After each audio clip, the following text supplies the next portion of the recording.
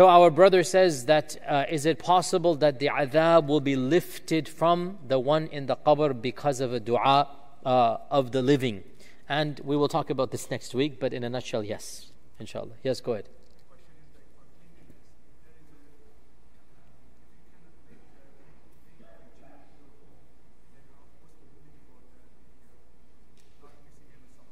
If you cannot make it to your home, what is the ruling? So if you are musafir, you are allowed to make jama'. So as long as it is from the first timing of the first prayer to the second timing of the second prayer. So dhuhr and asr becomes one time zone. Maghrib and isha becomes one time zone. So if you are traveling and you are able to pray within those time zones of those two salawat, then you are fine. But if you're going to pass over one time zone to the other, and this would happen, for example, Dhuhr Asr versus Maghrib Isha. So Maghrib today is what, 6:37? 6:37, right? So suppose you are driving back and it is 4 p.m. You haven't prayed Dhuhr and Asr, right? You need to figure out, if you're going to get home by around 6:15 or so, you are safe, inshallah. That's the presumption, because you base the Sharia on presumption. But if you're not going to get home by that time frame, you need to make sure that you're in a position to pray, which means you monitor yourself and your tahara and your body. Okay? Sisters, any questions from the sisters? Yes, go ahead.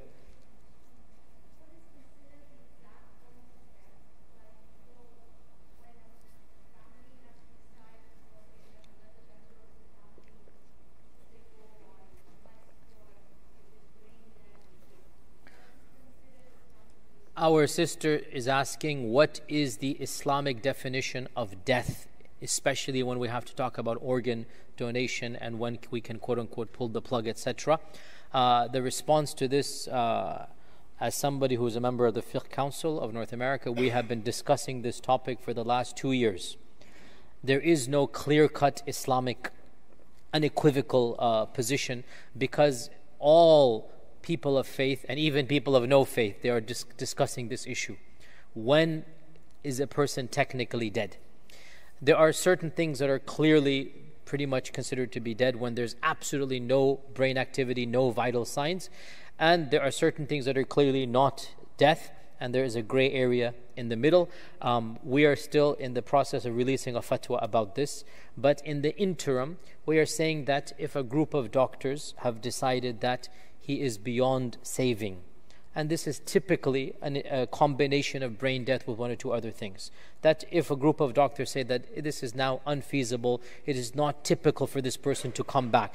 As for a miracle, we do not base our sharia on miracles, right? We do not base halal and haram on miracles. If Allah Azza wa Jal wills a miracle, then He can bring the dead back to life.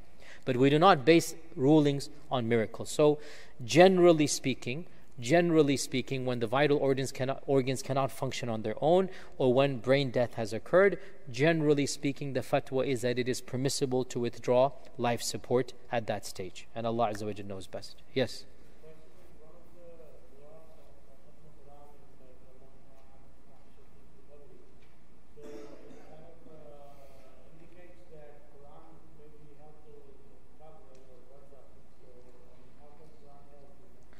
How can the Quran what? How can the Quran help us in the barzakh? So the Quran can help us in the barzakh because the Quran is a shafi'. The Quran intercedes. The Quran is the ultimate shafa'ah. In the hadith, our Prophet said, Al-Qur'anu shafi'un mushaffa'. The Quran does shafa'a, and its shafa'a is accepted by Allah subhanahu wa ta'ala. The shafa'a of the Quran is in this dunya, it is in the barzakh, it is on qiyamah. So this is how the Quran helps us. As well, it is said that the Quran will bring nur in the qabr, even though it's not explicit, but the concept is there. It will bring nur in the qabr. Okay? Yes, our young brother, go ahead. Sometimes in school, I have to go to the bathroom before I pray, and there's no water, so I can only use the toilet paper, but I make sure that I have nothing on me. Is that alright if I don't use water? So our brother says that when he's in school and he doesn't have water to use, is it permissible to use only toilet paper? Of course, the fiqh issue, and of course we should all know this.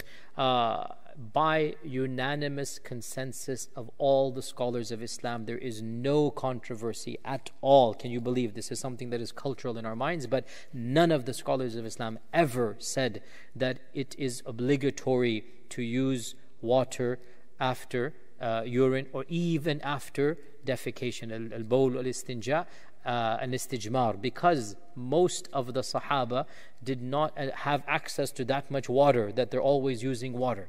The Sharia did not put a burden. It is permissible to use dry material until no trace is left. Okay, so we may wipe ourselves until no trace is left, and in this case you don't have to do tahara. That is tahara right there. We are talking about bowl splashing back on you.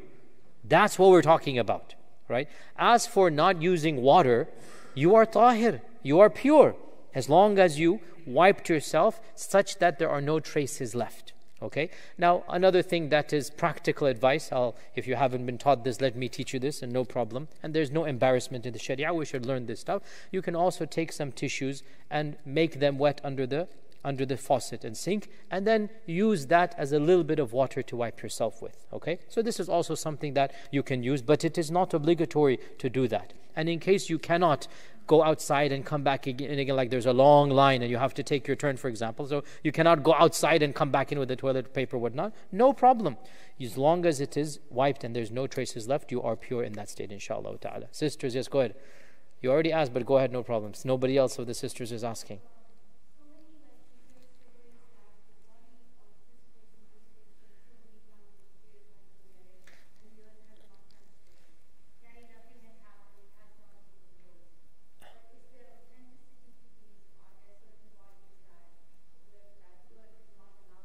So our sister is saying, what do we make of those stories that the body has not decomposed and it is still in its original state? And the response is, this is something that is mutawatir. Every single person who deals with burials, every single person has seen and witnessed and knows this firsthand. And this is something that we authentically know from our own seerah, with the feet of none other than Umar ibn al-Khattab radiallahu ta'ala an.